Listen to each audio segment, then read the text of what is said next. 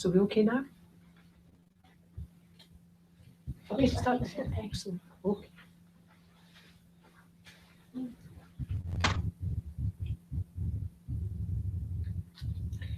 So we'll start with a short meditation, just because we've been having a break and just to bring the main points to mind again. Okay.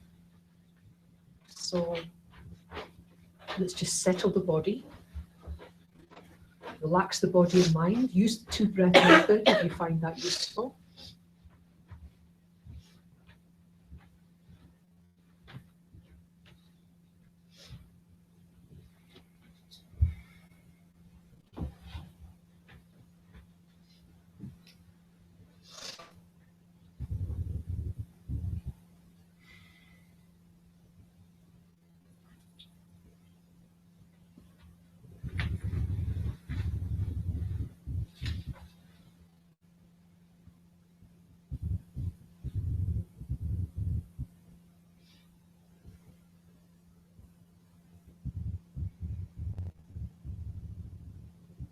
So we bring to mind someone that we feel we have dislike. And visualize them or imagine them sitting in front of you.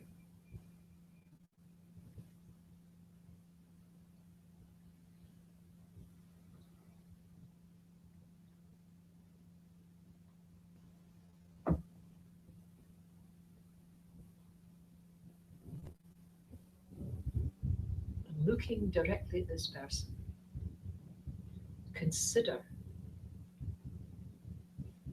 that my attitude towards this person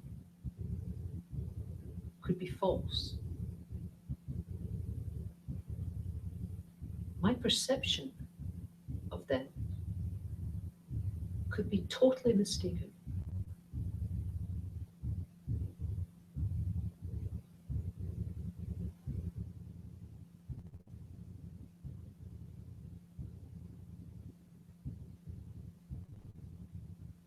This person, like myself, has many positive qualities and negative qualities.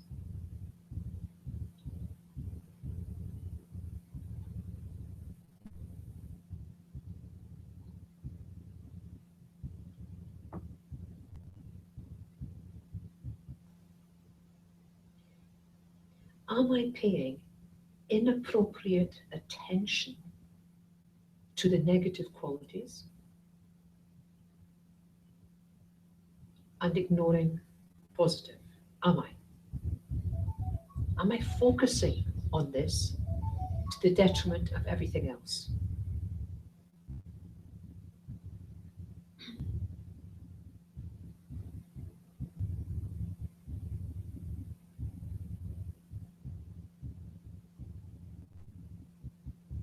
Could it be that my inappropriate attention of the negative qualities is creating this strong feeling of dislike?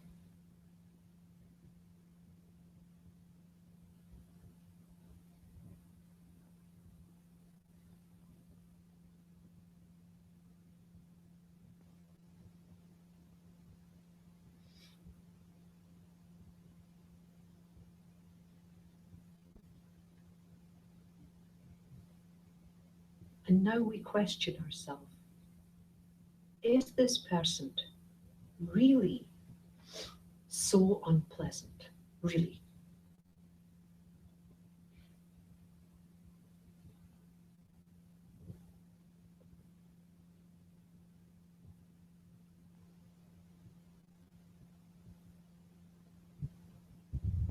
Is my feeling of dislike totally unmistaken, completely correct?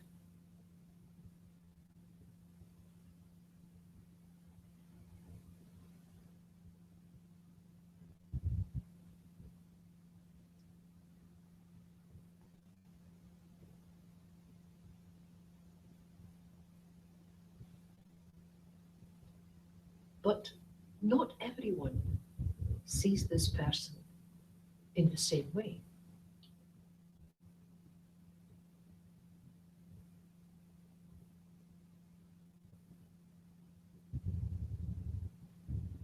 Their friends find them very agreeable.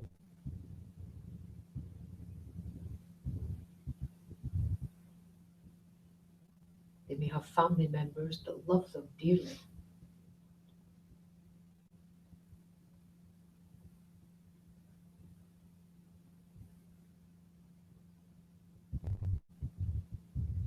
So whose perception is correct? Mine or these other people? We can't both be right.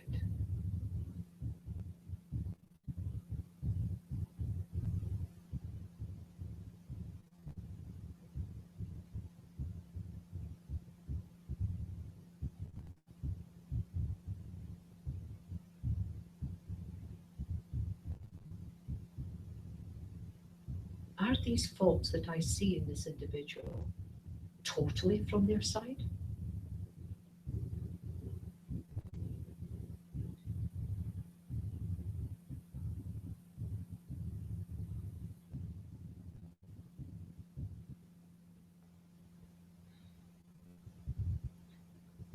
Or are these perceived faults really a reflection of my own deluded mind? Is that possible?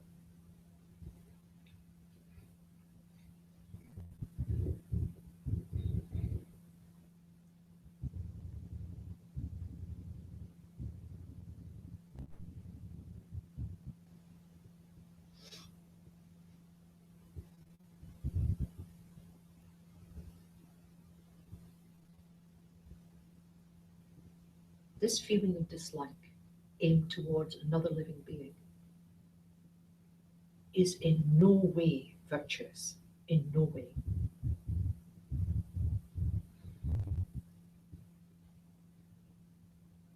And because it comes from non-virtue, it will cause suffering.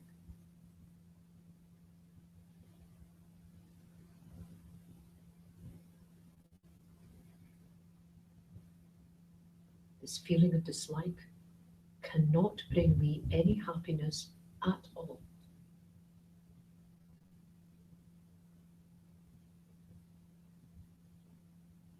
And is a real barrier to me developing affectionate love for others.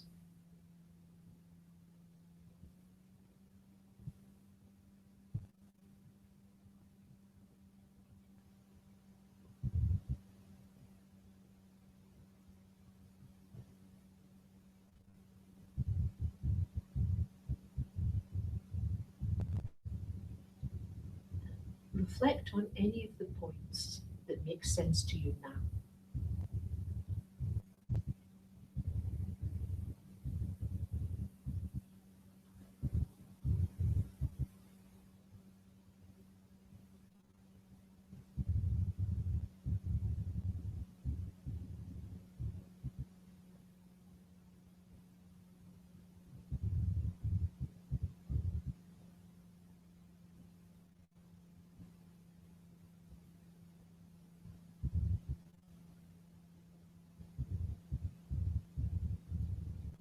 See the mistake of seeing this person in this way. It's a mistaken view.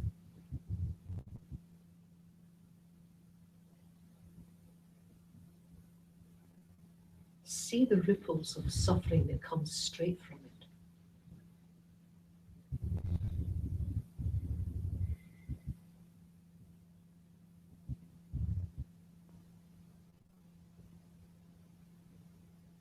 Build up a determination to free yourself from this non-virtue.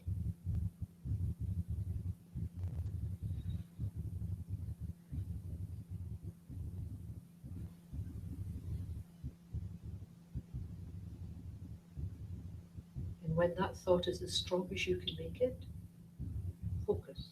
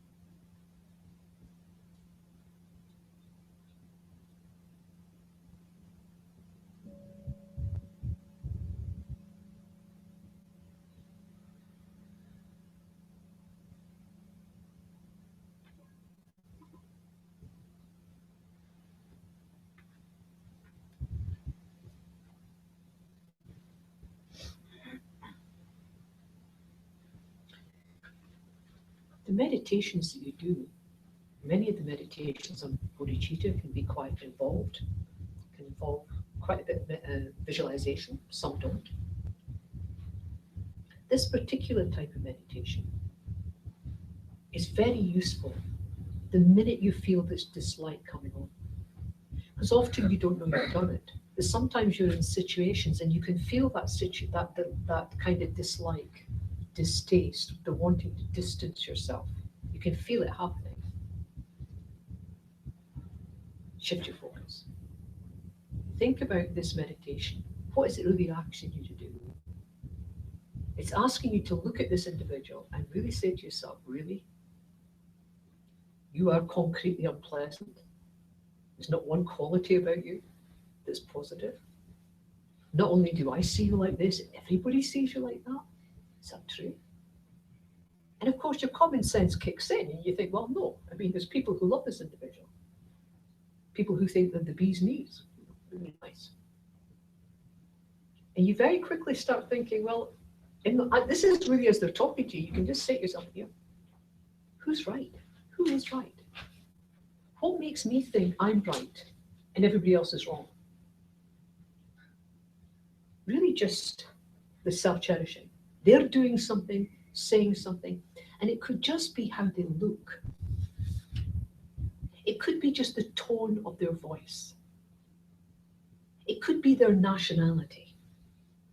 It could be the fact they're male or female. There could be a lot of reasons why you have this sudden dislike. But you really need to question it. What is it? It's hard to really see something like that in something if there isn't something within yourself that's going like that. So often, it's a reflection of yourself. It's a reflection of your own prejudice. It's a reflection of your own self-cherishing. So these situations occur. You might not be able to do the whole thing, but start somewhere. Really? Start to distrust these type of feelings. See, we're very touchy-feely, Well, instinctively I felt this was a very bad person, or just distrust that totally. Just distrust it. Just say to yourself, is that real? And if you know one positive quality about that person, what makes you focus on the one that isn't the quality? If you know one positive quality about that person, why aren't you focusing on that? Why have you chosen to focus on the negative? Habit, self-cherishing. What would happen if you focused on their good qualities? Different mindset. Okay, you might go back to seeing the negative, but you could go back to seeing the positive. You can't hold those two things in your mind at the same time. So shifting your focus, you see it, you can almost feel it developing. Step in there. Don't accept this anymore. Don't accept this attitude.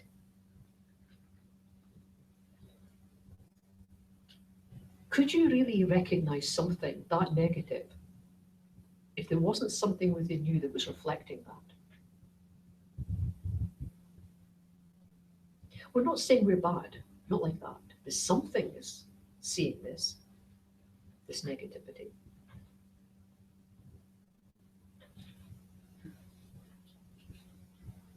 What could be a difficulty with that situation? What could happen that would make you not want to do that? Yeah. You'd have to look at yourself. You'd have to look at yourself. Yeah, it's a bit tricky, isn't it? Have to be honest. See, bodhicitta really needs courage. I mean, really walking the path needs courage. And a lot of the courage is not to do with facing external problems. It's about facing internal assumptions.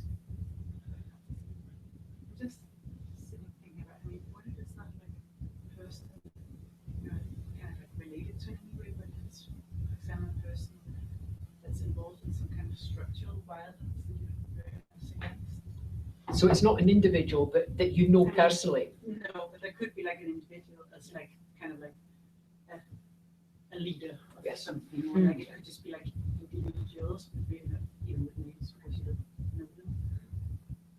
Well, I was just thinking. I know, I understand. That one. Yeah, I understand. Because the last thing you want is to be a hypocrite. So you can't go around sort of smiling and being nice to everybody if they're behaving inappropriately, hurting and harming people. This is not right. So you see the difference between the action and the human being. It's never right to hate the human being or the sentient being. That's never right. It's never appropriate. Disliking the action, hating the act, well, hating's not very good, but really feeling strong aversion to the action, that's human, that's normal. And it's reasonable. It's reasonable. Lama Yeshe once was teaching this and he said, you know, if someone was beating you on the head with a stick, would you blame the stick? And we all went, no. And he said, well, sometimes human beings,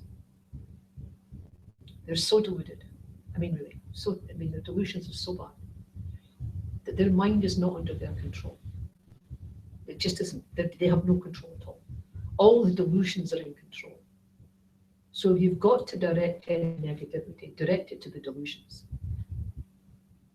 It's never right to hate an individual because they have Buddha nature. They have it. They're not expressing it, but they have it. And the path that you hate an individual, the path that takes you down, it's never ending. And you just get harder and harder.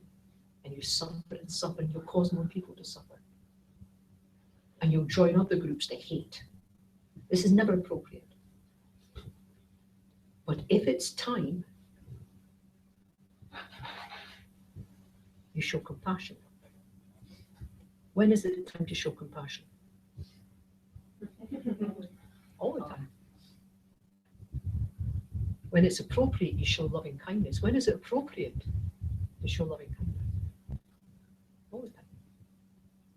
So we don't get mixed up here with condoning actions. No, we're not hypocrites. This is not right. And this doesn't stop you intervening to help someone. Of course not. Get your mind in the right attitude and try to help people. This is the best thing you can do. Help them with your body, help them with your speech, help them with your mind. Cherish them. And if someone's doing something inappropriate, if you have that mentality, get in there, try to protect, of course. Never hate the individual. There's never the right time for that. Then I think it's when you talk still about anger and like wasn't really useful for anything.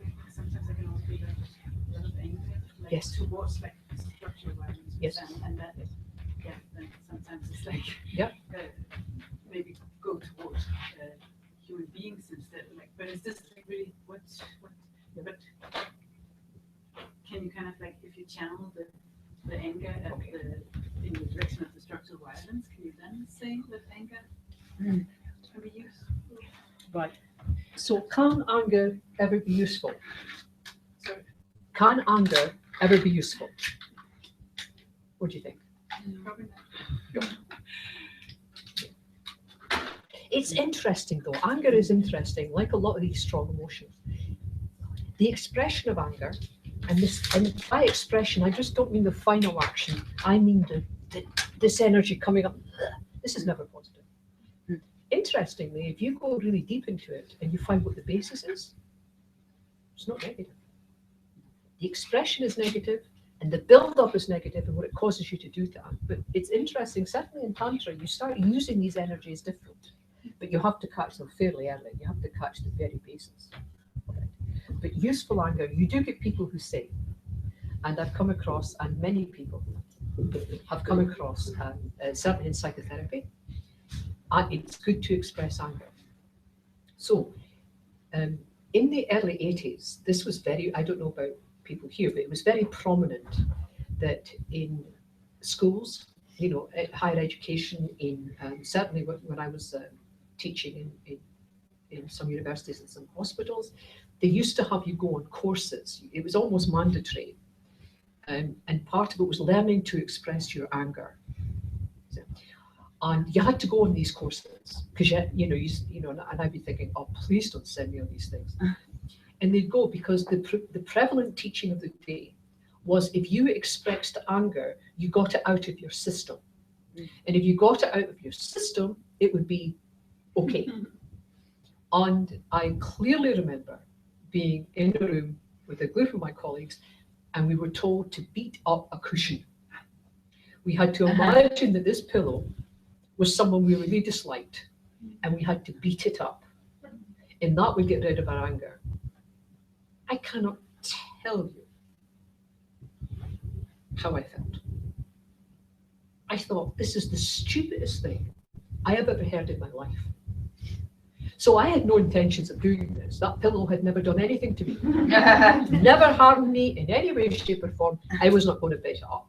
And if I wouldn't beat up an inanimate object, I certainly wasn't going to beat up anybody else. Hopefully. You can never tell. I couldn't see the sense. And when I put that forward, they came out with a lot of stuff, research, this philosopher said this, and they try, and people were going, well, yeah, maybe, I couldn't counter-argue that. All I could say was, from my perspective, this makes no sense. All anger does in the teachings that I've had is lead to more anger. It does nothing else. So beating up a pillow, so anyway, I got into a wee bit of problems, but actually I was in problems quite a bit, so this was just something else.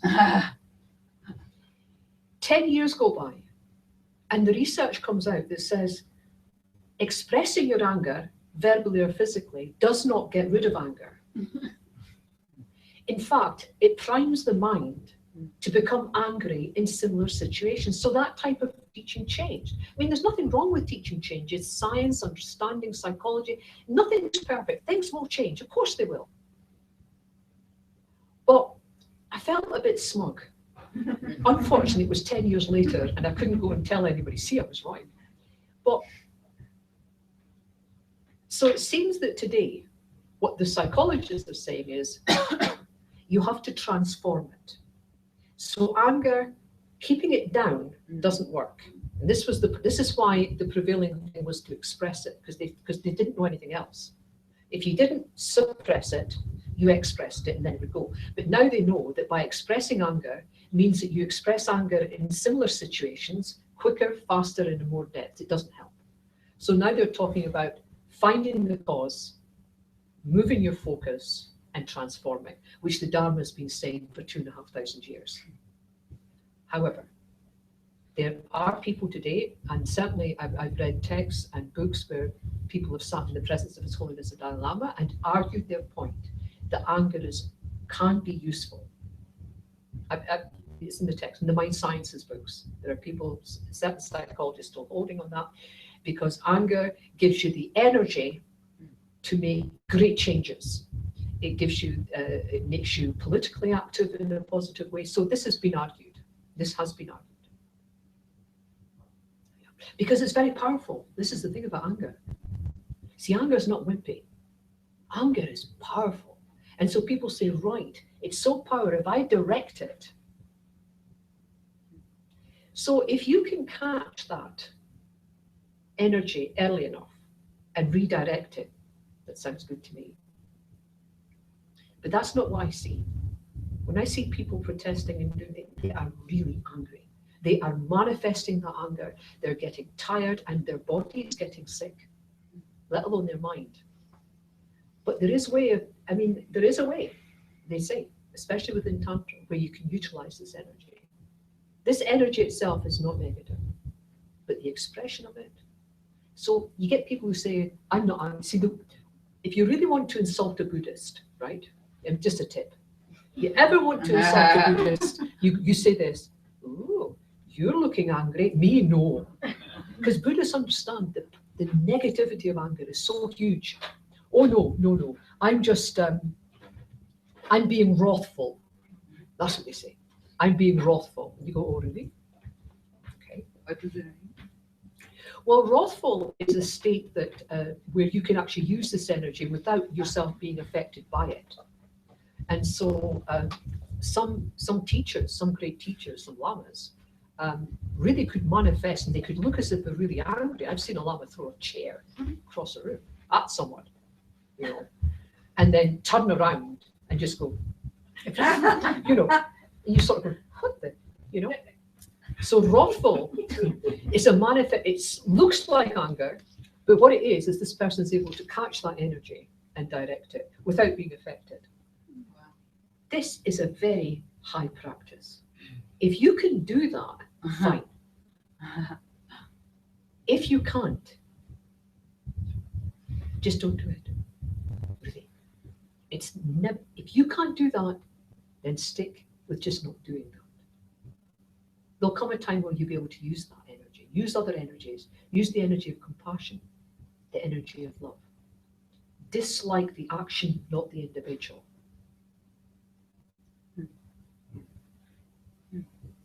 This friend was a psychologist, I think his name is Jesper Juhl, and he wrote a book called The Competent Child.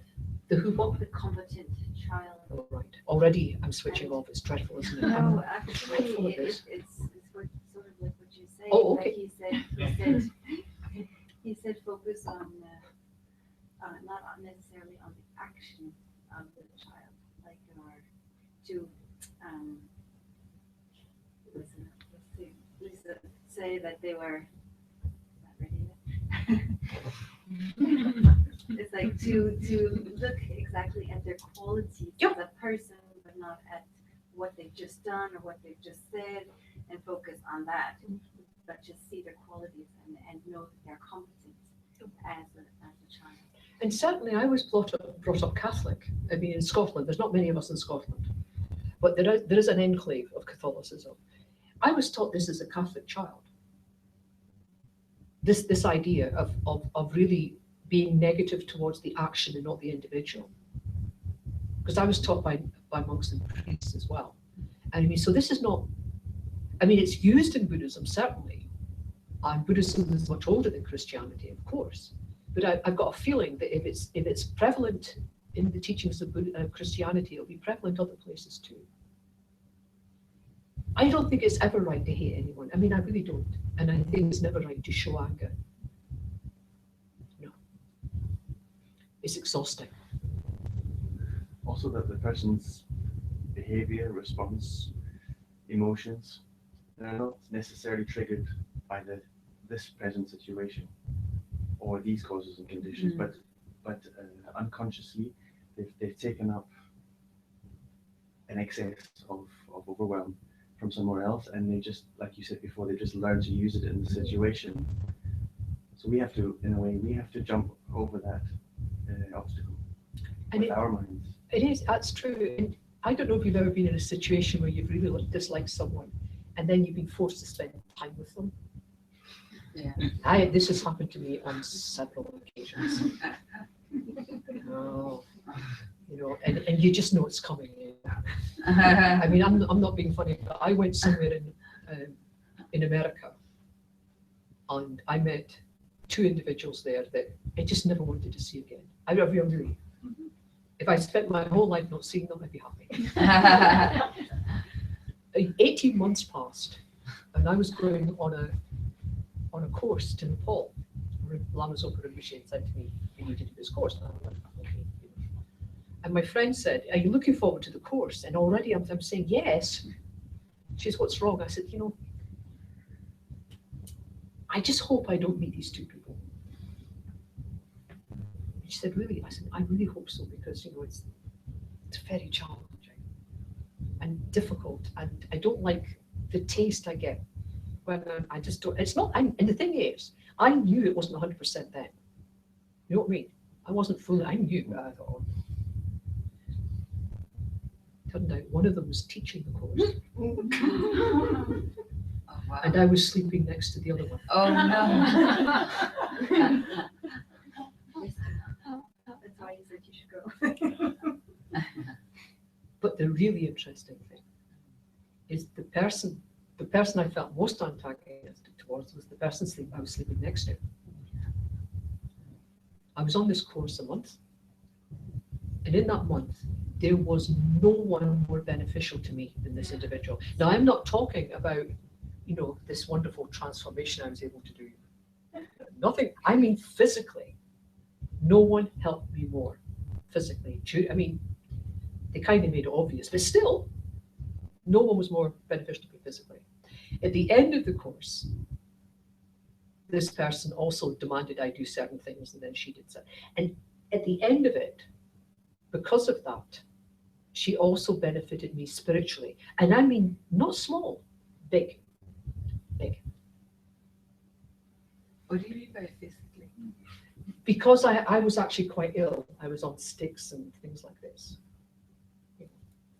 And I couldn't manage all the steps in Copan, and I had a lot of pain and and of course when you have a bit of pain, you keep doing things like leaving your stick behind, and then you see the student and you just don't have the energy to go back and get dreadful.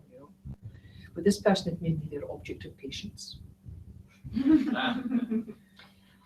And she stuck by me, and every time she'd say, "What do you need?" I left my stick. And she would go all the way down and get it. Anything I needed, if I was thirsty and there was a big queue, she would go and get it. Now, I know she was using me as an object of patience. That made no difference. She was actually benefiting me. Now, if someone had said that to me before, I'd never have believed them, ever. But maybe you two trained her patience. No, I didn't do anything like that. No. I'd love to say yes, but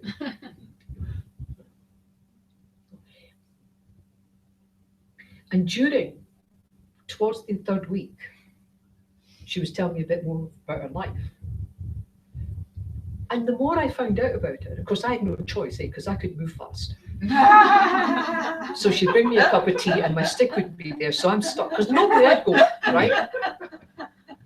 The more I found out, the admiration in me grew. This person had really, really been through the mill. I mean, made anything I'd gone through just minor.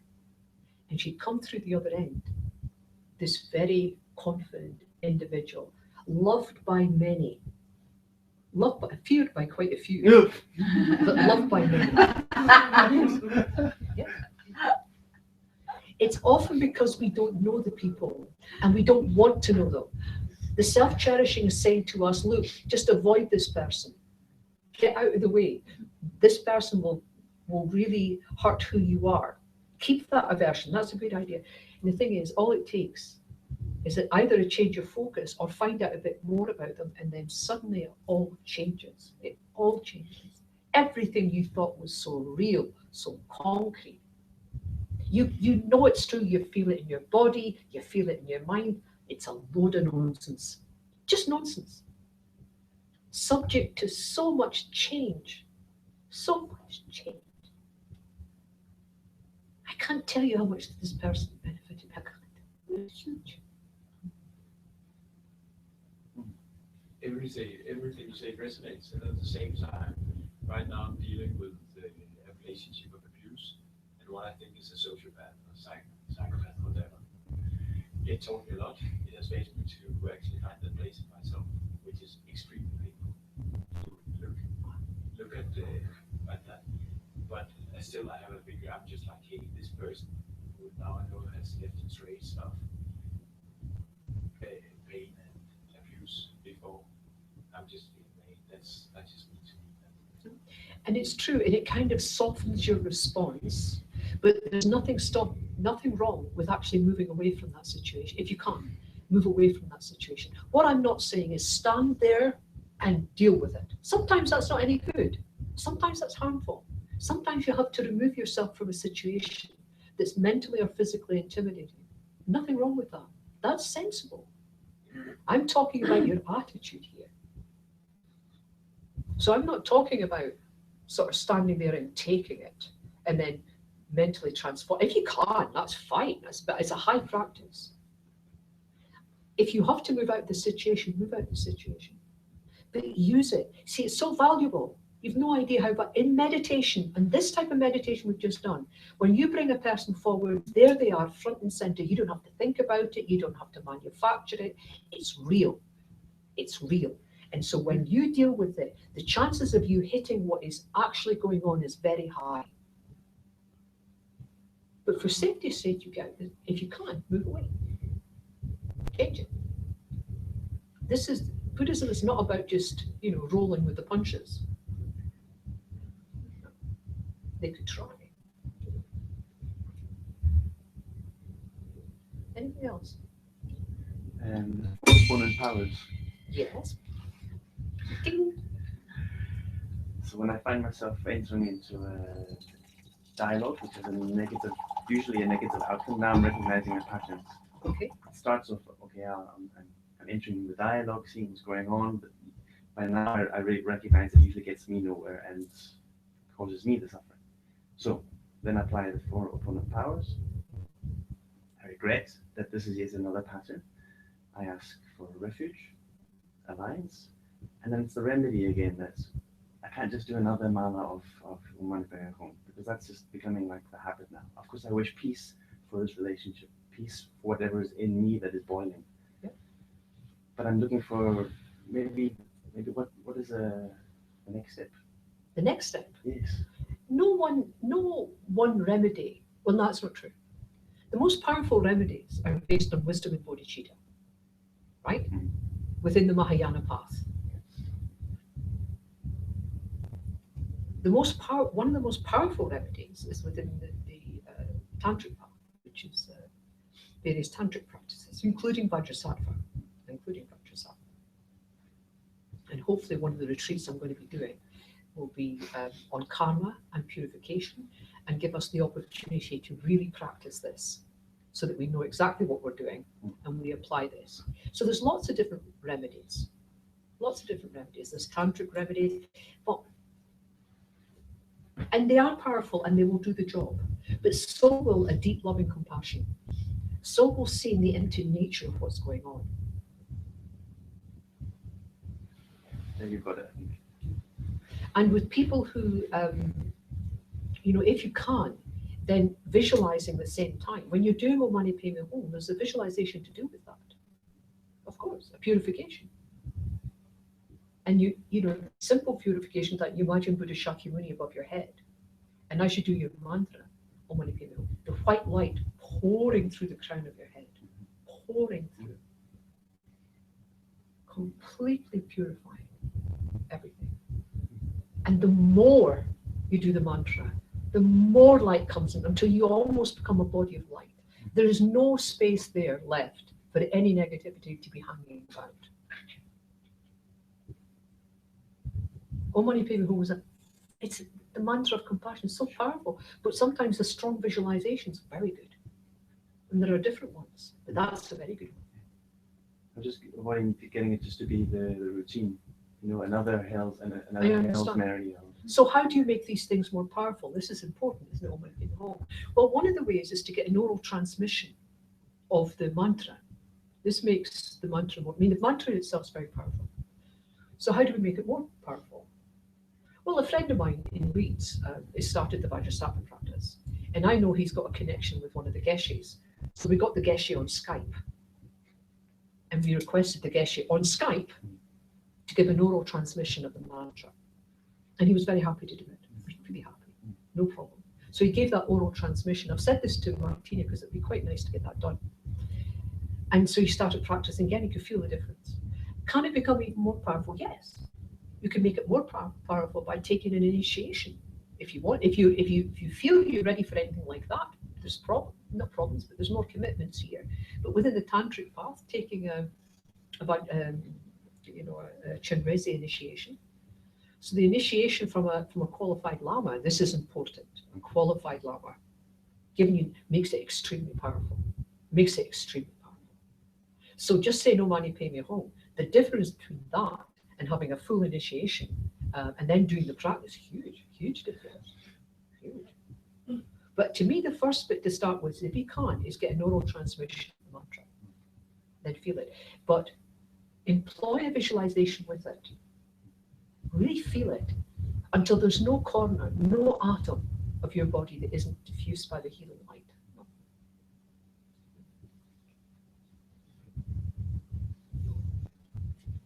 Sometimes though, Well, I just wonder now when you talk about regret and I can think about guilt. Yeah. Um, It's unfortunate we covered this the last time, oh, but I'll just quickly say it has nothing to do with guilt. no, None at all. no, I No. mean, I know it's not the fruitful thing, but just how to work around. You don't work around it, you just don't do it. No, you just don't do it. You taste it, what it is, guilt. One of the exercises that I find very, very useful, and I'll say this to you and just repeat it again. Think of something you've done wrong, right? Because we all know intellectually about guilt. It's spiral, it's all about depression. We know that, but taste it. So think of something you've done wrong, and then keep mentally saying to yourself, I'm so guilty about that. Oh God, I'm so guilty about that. Oh, I'm so guilty. I really feel. And then do it for a bit. Yeah, I'm talking a few minutes. And then stop and just get a mental taste of how you're feeling, right? Then put it to one side. Bring up the same situation again, and now say, I regret that. I deeply regret that. That should never have happened. Look at the consequences. I regret that. And do that for a bit, mentally. Then see the difference. The power behind regret is very good. But you'll taste the difference. And so if you ever find yourself straying into guilt, you'll stop yourself because you know what it mentally feels like. And you know what it should feel like, the opposite.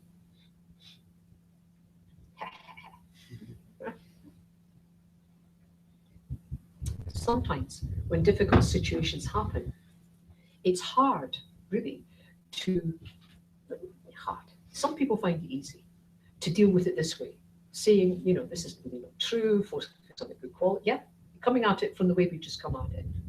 Sometimes it's can be different coming at it from a slightly different situation. So we'll do another quick meditation now.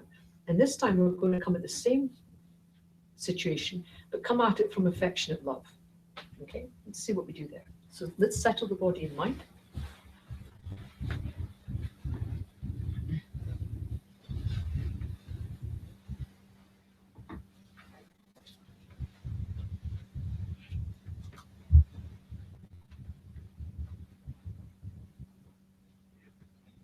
Using the 2-breath method to settle the body and mind.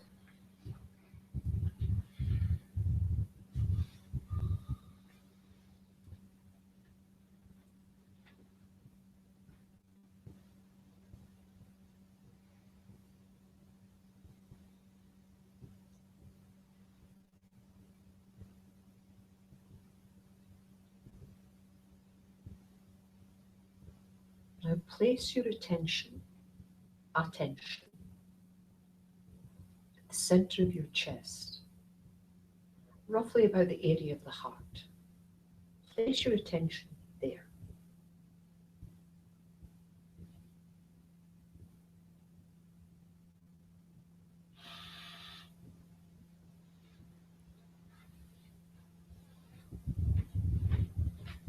From a Dharma point of view, this is the center of your emotions.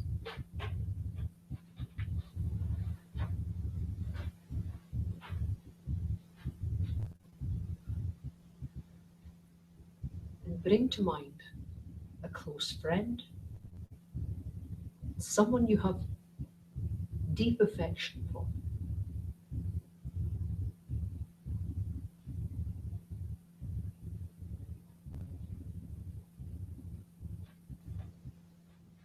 You have love for them.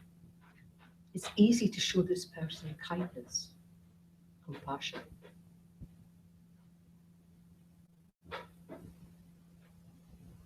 Allow your whole mind to take delight in this person.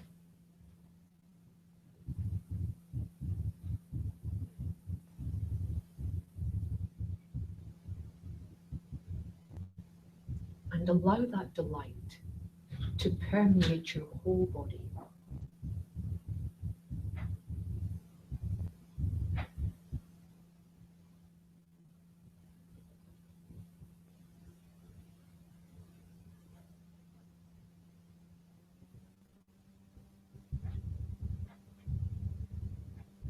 This delight takes on the aspect of brilliant white nectar. And it flows through your body, this delight, permeating every organ, every tissue, every cell.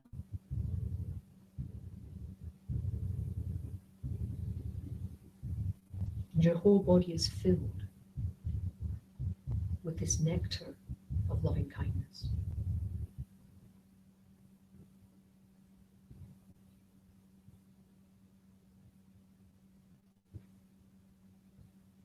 It's as if your bones,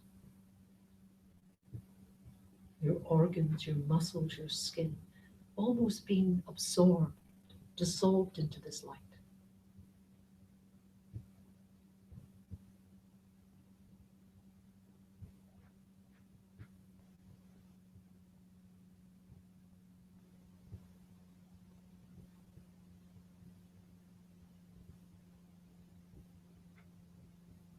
Now surrounding you are all living beings. They're all surrounding you now.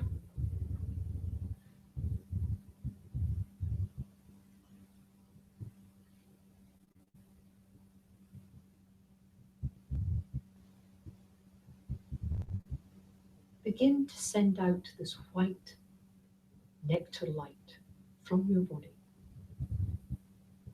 to all of these living creatures.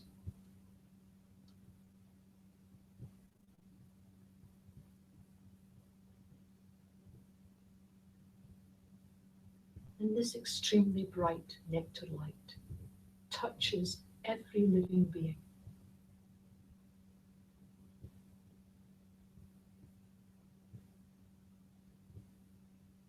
And with that being, total forgiveness of any harm that they've caused you in this life or previous lives or the lives to come. Total forgiveness.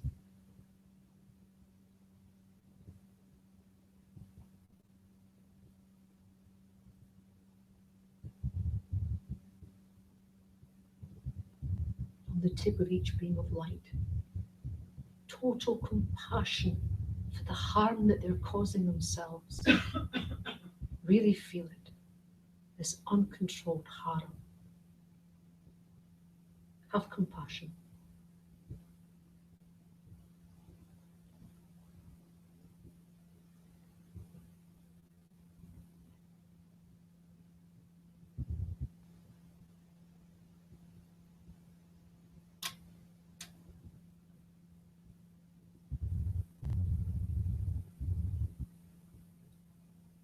Allow a feeling of rejoicing to come now.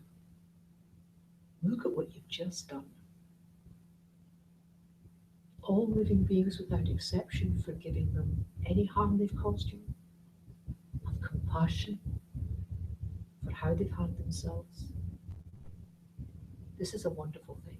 Allow yourself to rejoice in that. Feel it. This is so worthwhile. Nothing comes close to this.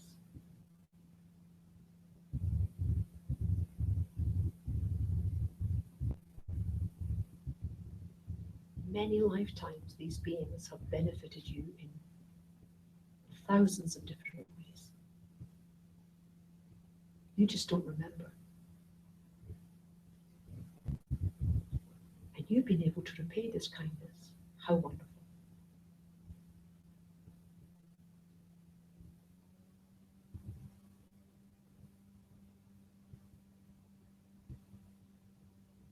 And then a wonderful thing is happening. Now all the love from these beings are flowing back into you.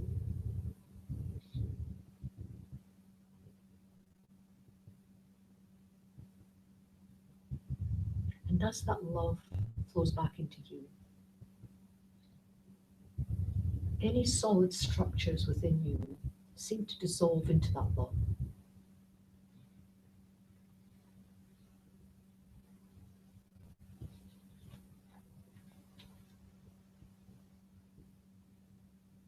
And you're like a bubble of light in space, just a bubble of light.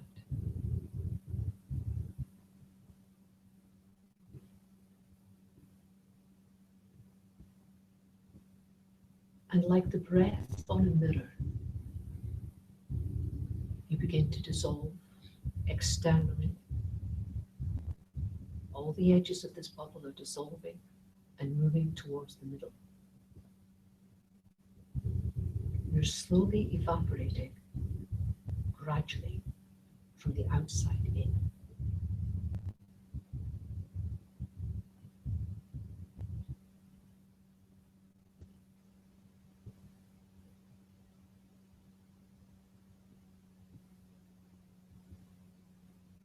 And the last to dissolve is your heart.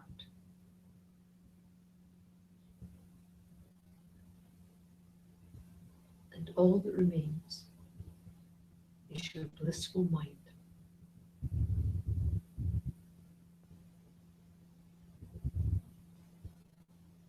Just stay with that, this ultimate nature of who you really are.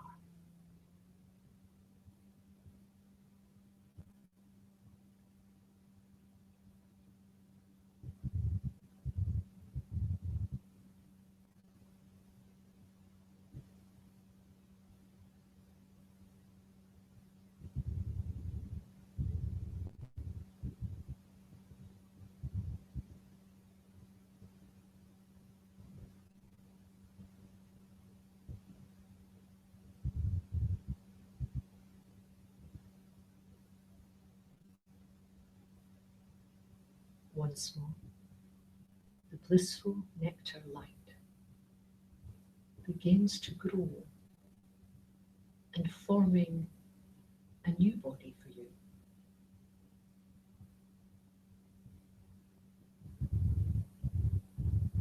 Your old body, created by delusion and karma, gone. This body,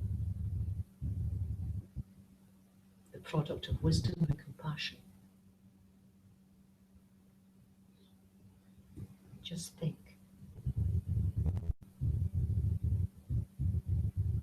The entire purpose of this body, the entire purpose of this mind, is to bring happiness to every living creature, without exception.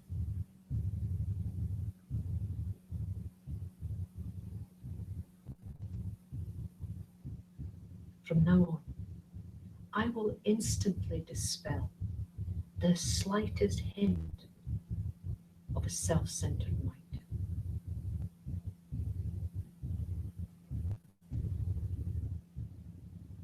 I will cherish others,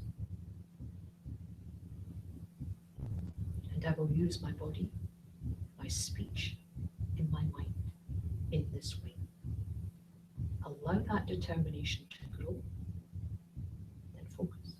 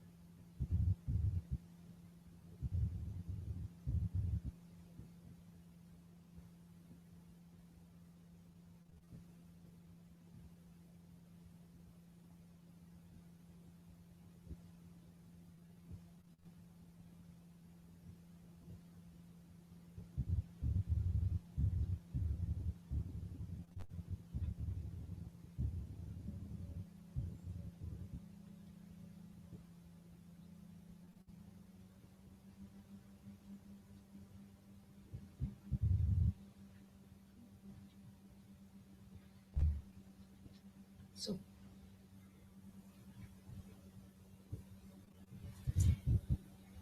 groups now, 10-15 minutes only.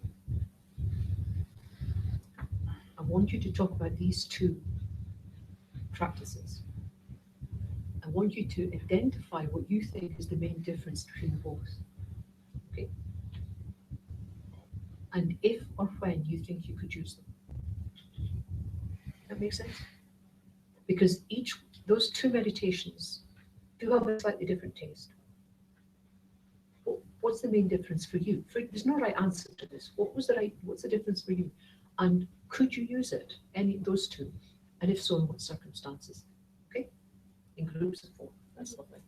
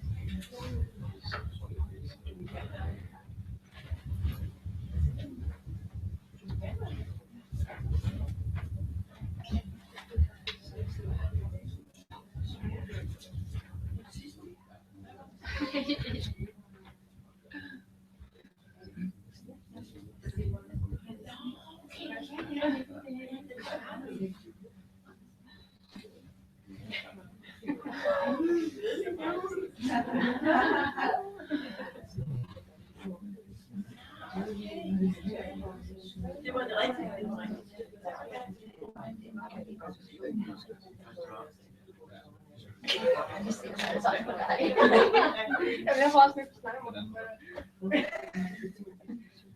Den første, det var over. Det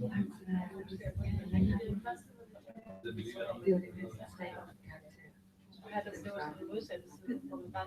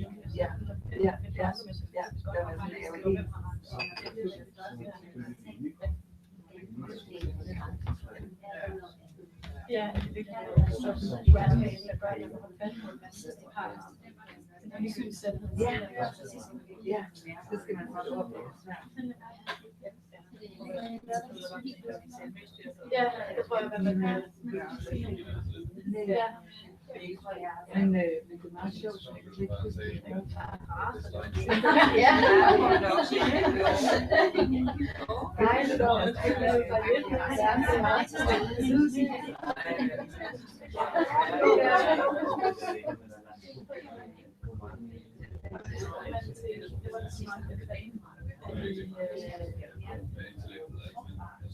Nå ja. Er det rigtigt?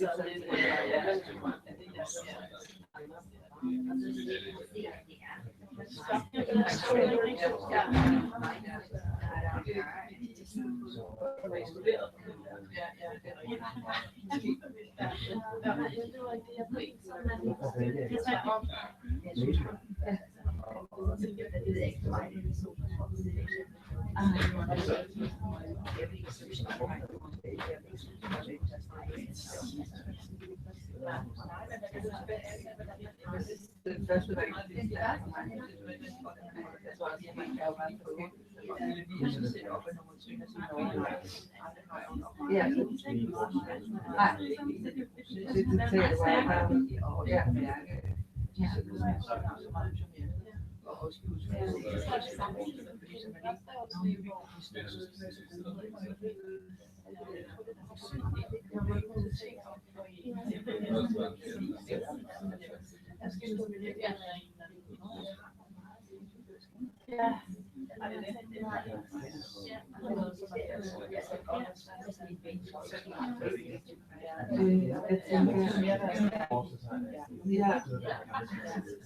Jeg tænker også,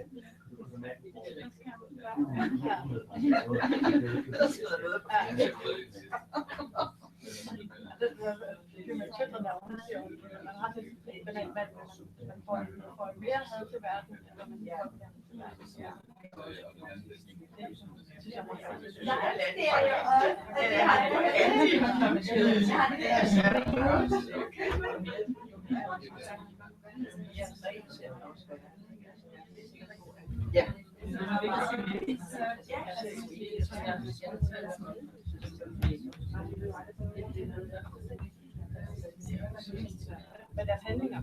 Ja, selvfølgelig, men altså, der er jo også det gør karma jo ikke. Ja, det er jo ikke det bedste. Nej, det er karma.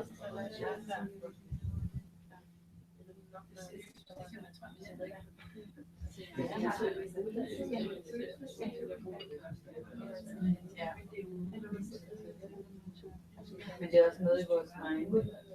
Fordi jeg har det også meget i relation. Jeg siger til mig, jeg har aldrig forstået det rigtigt, og være rigtig.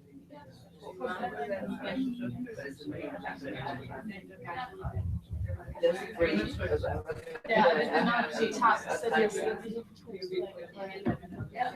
Yeah.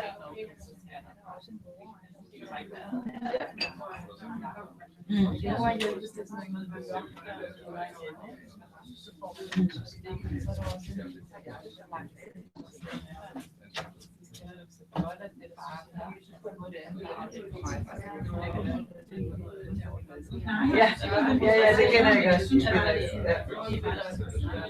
Ja. Det gør man jo også nogle gange, at jeg har sagt, hvis man sidder så kan man sagtens have daydreaming, imens man er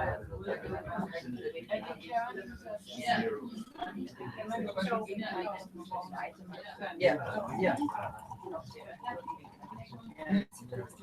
Nej. Ja.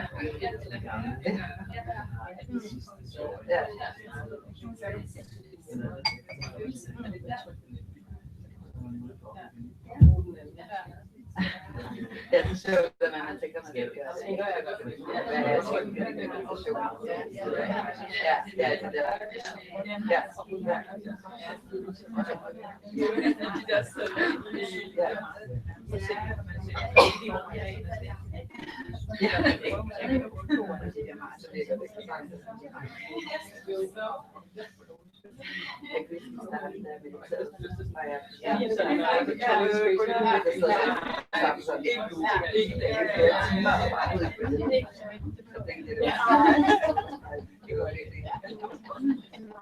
Og så mange år senere fandt jeg ud af, at det havde overhovedet ikke altså så mig.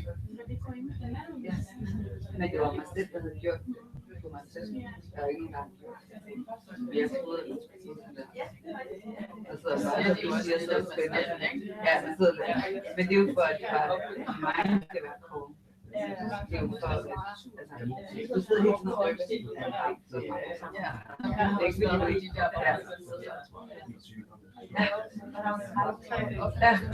så var jeg så spidsen her. Jeg ved ikke,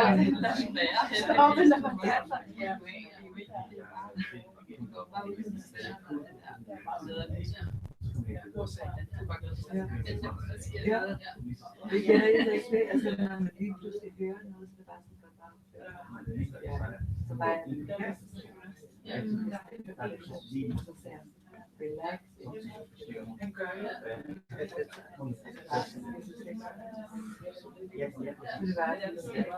Slappede bare af. Det var bare sådan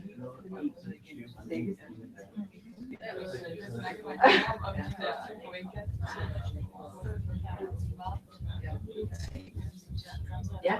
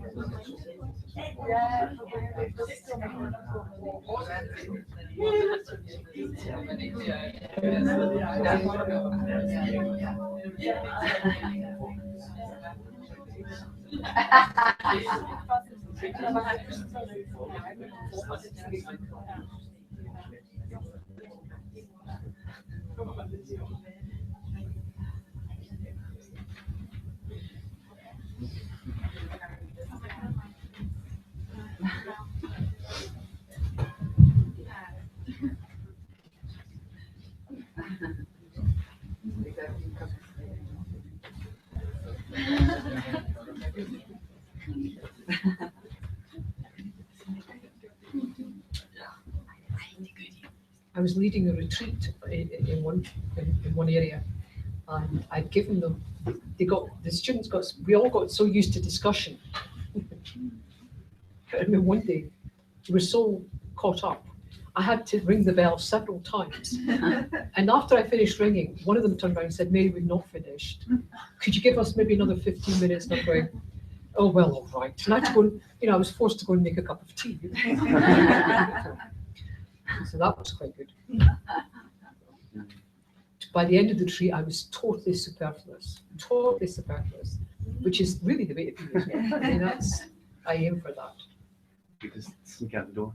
Yeah, well, we were in the middle of nowhere, weren't we? But, yeah, it was good. So, anything come out of the discussion about these meditations?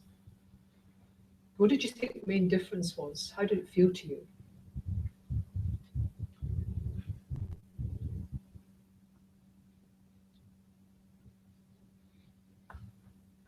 second one was far more pleasant. Yes. Yes. It gave me a good warm Oh, of course. feeling of universal love. And Yeah. it's Good, isn't it? Yeah, It's nice. it's intoxicating. Yeah. And one of the reasons I include, because there's loads of meditations, we just can't do them. One of the reasons that I do this is because the next part of the exercise, it really works. If you have difficulty developing immeasurable stuff, immeasurable equanimity, immeasurable love, immeasurable compassion, immeasurable joy, and this can happen, right? Then thinking of someone that you really like, and there you have it right there.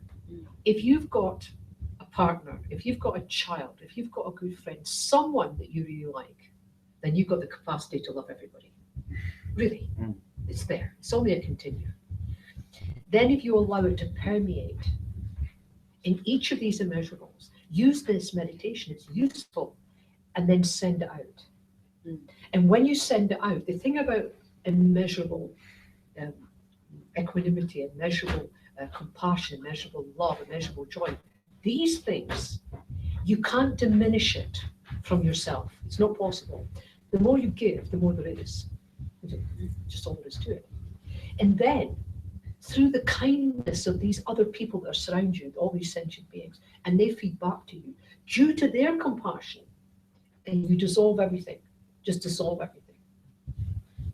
And you're like a bubble in space, and then dissolve from the outside in, until even your heart goes, and you just, and through to the kindness of these people, you are really who you really are. At that moment, that's who you really are. But you have to work in this life. So you allow your body to reform, but you reform out of wisdom, love, compassion.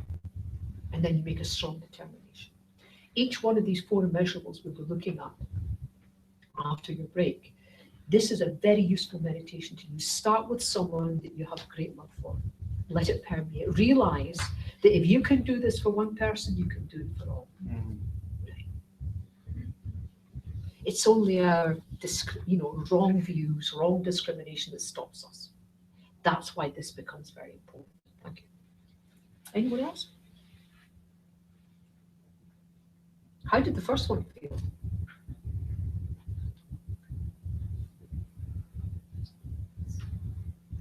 We were, a few of us couldn't even remember the first one. All right. We tend to just It's remember funny. the last No, one, but don't we? right after the last meditation, Yeah. a couple of us were totally like, Gone. everything washed away. Okay, no That worries. was as good as remember. No, don't worry. I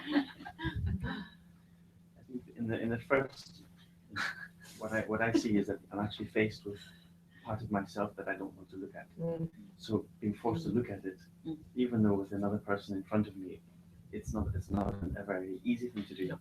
So I might try to find someone easier, or so there's something that is trying to escape, because it's actually looking at part of myself I really don't want to. It's true. And so there It's was. And there's something very immediate about it, isn't there? That particular meditation where you say, really, is that true? Is this an unmistaken feeling I have? They don't have any positive qualities. Everybody sees them like this. But it's very immediate. It's very immediate. And then the second was, I put this person and I went, do I really? Yes, I am actually putting them there. I really do have these feelings. So it's also a recognition that this is how I feel. This is something that is happening to me. Beyond all reason, all logic, even though I can find all the good aspects of this person or this situation, this is how I'm responding.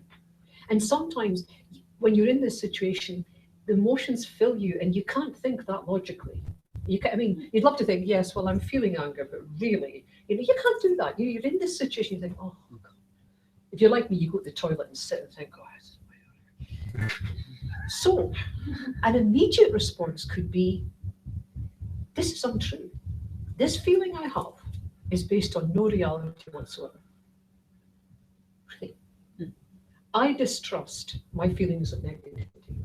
And even if that's all you can do at that moment, that's good. I distrust this feeling I have. It's still there. But it's still there. It's still there, but it loses power. See, the feeling is not a concrete entity.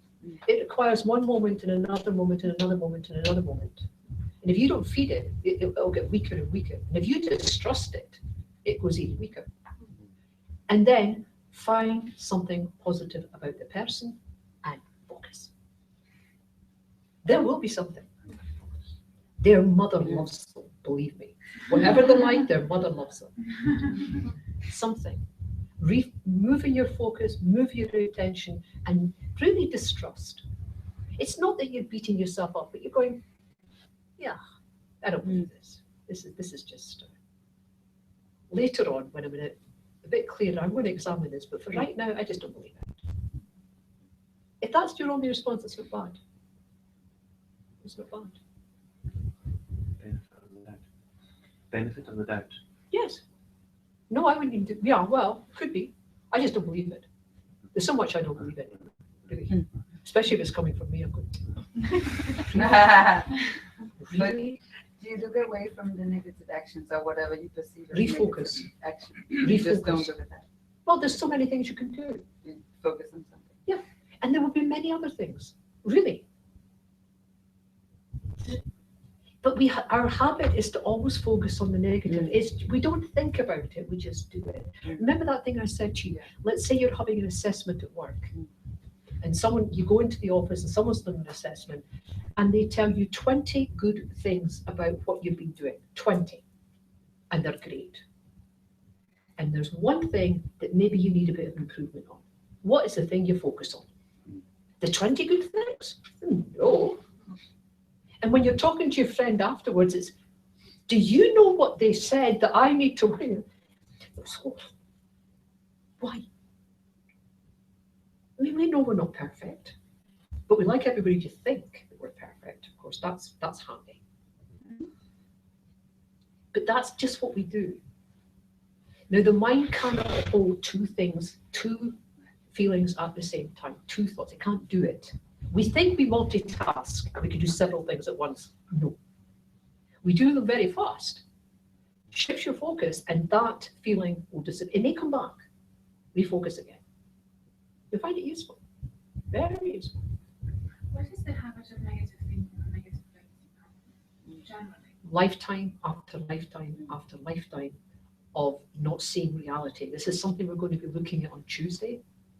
I was going to be doing it this afternoon, but to be honest, with everything that's going on in the world, sometimes we just need to look at bodhicitta a bit more. So it comes from ignorance of how things actually exist. Something we've covered before, but it's something I'm going to go into depth on Tuesday. Well, not depth, but we're going to do a good 2 hours on Tuesday.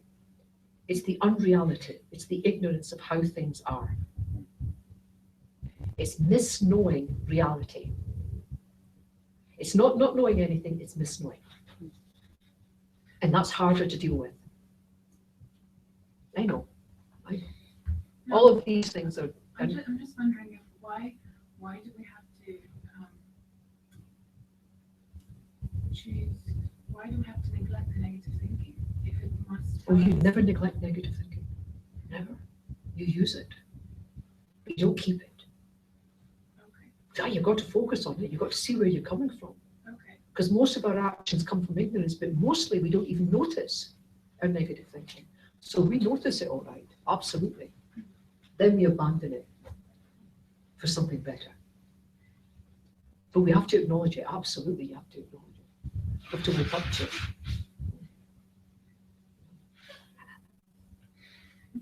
Anything else?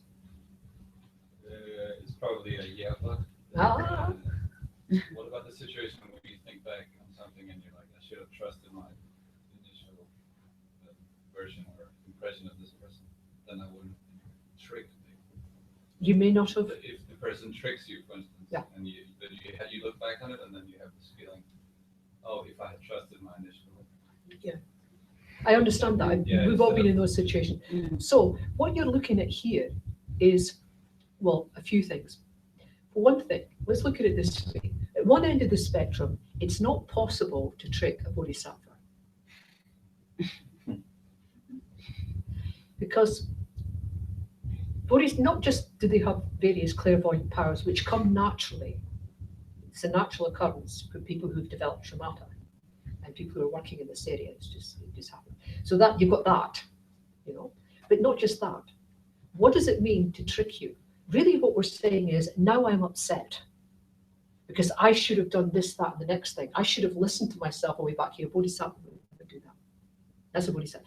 They wouldn't do it because basically they deal with the situation as it is, always from love, always compassion. How can you trick someone like that? Because even if further down, what you're not saying is, really, this person is really kind to me. This person is a really nice person. Manifestly not. I mean, manifestly not. So even further down the road, if they do something negative, they've done something negative, deal with it then. Really, if you could have read their mind way back then maybe you would have made different choices. The interesting thing is, if you always come from love and compassion, you just don't get it wrong. You may not get the result that you wish for. That's true. But we've no control over results like that. We don't. We have no control about how the other people, we think we do, but we don't. But we always have control on our response to it. So if your response is always with love and compassion, there's no way anybody's going to trick you. Even if they've lied to you, even if they've told you a whole story, which then caused you to do this, this, this, and this, when you recognize it, all you think is, oh, right, okay. And you go forward. You don't hate them, you don't hate yourself. And maybe you've learned from that situation, but what you don't learn is to be less compassionate. You don't learn to be less loving. No. You don't learn to be less wise. Because right at that moment, that's what you're using. You can't control the situation. And who's to say? We often think, don't we, if I'd known what they were like. Really? Because you think that that person way back then who said something that you should have got caught up, you think that's the same person that's now doing this. It's not. Lots of things have happened in between time. Lots of change, impermanence has been going on. So the person that's presenting to you now, is that really the same person that was back then? There's a continuum, certainly. Of course there's a continuum. It's not the same. Because you know this now, would that really have been good to you then? Would that have actually been true then? It's maybe true. You see what I'm saying? There's this whole story we put, and it's exhausting. So forget that story. Simply deal sensibly from wisdom with love and compassion. You'll never go wrong. You're not, I'm not saying condone and be nicey and sit and roll with the punches. I'm not talking about anything like that. I'm talking about controlling your response, coming from wisdom. Then nobody can trick you. No, possible. You won't always get the situation you want, but then you never could. It was a fallacy to start with. We think, don't we, if I do this, this, this, and this, and this will happen. What you have to do is this, this, this, and this, because that's the wisest thing to do at that moment to benefit that individual and myself. Now, if you get the right results, you're quizzing, wonderful. But it may be at that moment or in the next year, nothing. I mean, how many times have you done something with someone and, you know, it seems to be a negative, and then a year or two down the line, somebody comes up and says, you know, that was wonderful. I really learned so and so, so. You just don't know. You really just don't know. How many times have you done something that appears to be negative, and that person comes back and says, that was the best thing? You just, thing is, we buy into stories. We've got to get out of those stories. Those stories are not helpful. But good point. Anything else? Can you see yourself using these? I think so. I think they're useful in the long term and the short term. But it'd be good to enhance that, eh? And that's what we'll look at next. Oh, Question about the intent. intent. So this person said this, did that. How can I ask what was their intention? I can't ever know, of course. No. I can try to even find my own, but I'm not even sure I can. If I was to look at a situation in which I was angry, what was my intent? I can't even be sure of that. Then it's not worth getting angry about then. Because that's what we're looking at. I think that's what I'm trying to find. They were deliberately trying to hurt me. Were they? Exactly. How do you know? I don't know. But yourself, no, but it's true. Sometimes you go, there is no way that they did that without knowing that they wanted, you know, who is saying this? You're self-cherishing. This concrete idea of self, that's what's saying it. And that's what's always said this. And that's always been saying this for lifetime after lifetime and giving you justification to behave negatively.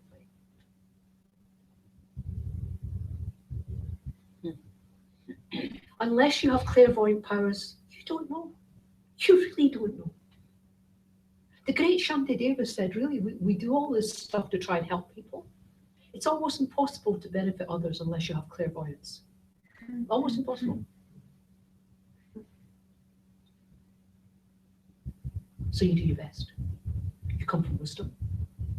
Never without compassion, never without love, never. You can't control the outcome. Only your response to a situation.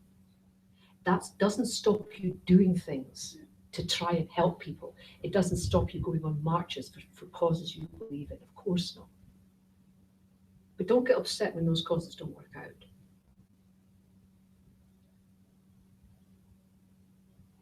You see, you've got a good chance of controlling yourself. No chance here. But that doesn't mean to say the things we don't positively affect the situation. Of course they do. Otherwise, who would be kind? Who would be generous? Who would save a child's life that was drowning if nothing was of consequence? All these things are of consequences. But you can't hang on to it and you can't predict it. Control is wonderful.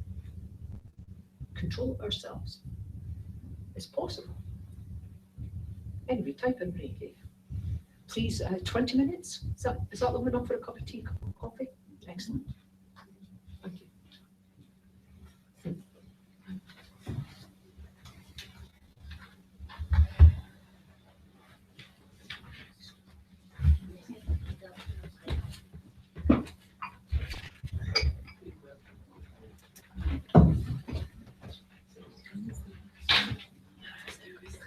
Yeah.